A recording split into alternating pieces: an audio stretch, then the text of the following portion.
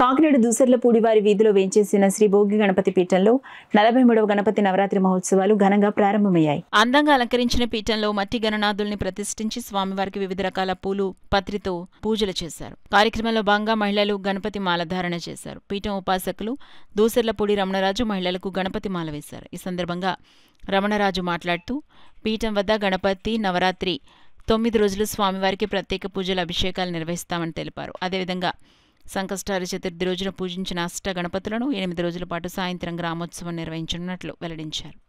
ఈ యొక్క వినాయక చవితి వ్రతాన్ని ఎవరైతే బాగా ఇష్టపూర్వకంగా కష్టమని భావించకుండా చేసుకుంటారో వారికి రాబోయేటువంటి పరాభవ నామ సంవత్సరంలో ఎటువంటి కష్టాలు నష్టాలు లేకుండా శ్రీకరంగా శుభకరంగా జయకరంగా వారు అధిగమించి గట్టెక్కుతారు.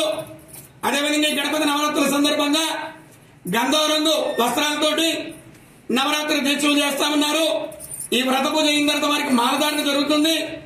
ఈ 9 రోజులు కూడా రేపటి నుంచి సాయంత్రం ప్రతిరోజు కూడా 6 గంటలకి సంకష్టహార చతుర్థి అష్టగణపతులు ఎవరైతే ఉన్నారో ఒక్కొక్క రోజున ఒక్కొక్క గణపతితో అష్టగణపతుల యొక్క నగర సంకీర్తన మంగళ వాయిద్యాల నడుమ ఈ గణపతి దీక్షలు చేసినటువంటి వారితో జరుగుతుంది.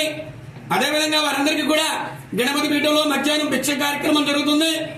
అదేవిధంగా వారి చేతుల మీదుగానే ఈ నవరాత్రులు అయిపోయిన తర్వాత సెప్టెంబర్ 6వ తేదీన గణేశ నిమజ్జనాన్ని పూర్తి చేసుకుని ఇక్కడ 3000 మందికి భారీ అన్నదాన నిర్వహణ ఈ నవరాత్రి దీక్షలు ఎవరైతే చేస్తా ఉన్నారో వారి చేతుల మీదుగానే ఈ 3000 మందికి కూడా భారీ అన్నదాన కార్యక్రమం జరుగుతుంది.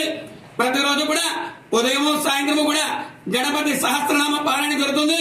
భక్తులందరూ కూడా ఈ యొక్క స్వయంభు భోగి గణపతిని దర్శించుకుని భోగభాగ్యాలు పొందవలసిందిగా గణపతి పీఠం మీ అందరినీ కూడా ఆహ్వానిస్తూ గణపతి మహామహే కవి కవినమస్రవస్తవం జ్యేష్ఠరాజం బ్రహ్మణం బ్రహ్మణస్పద అన్వతృణం సాధనం శ్రీ మహాగణాధిపతయే నమః.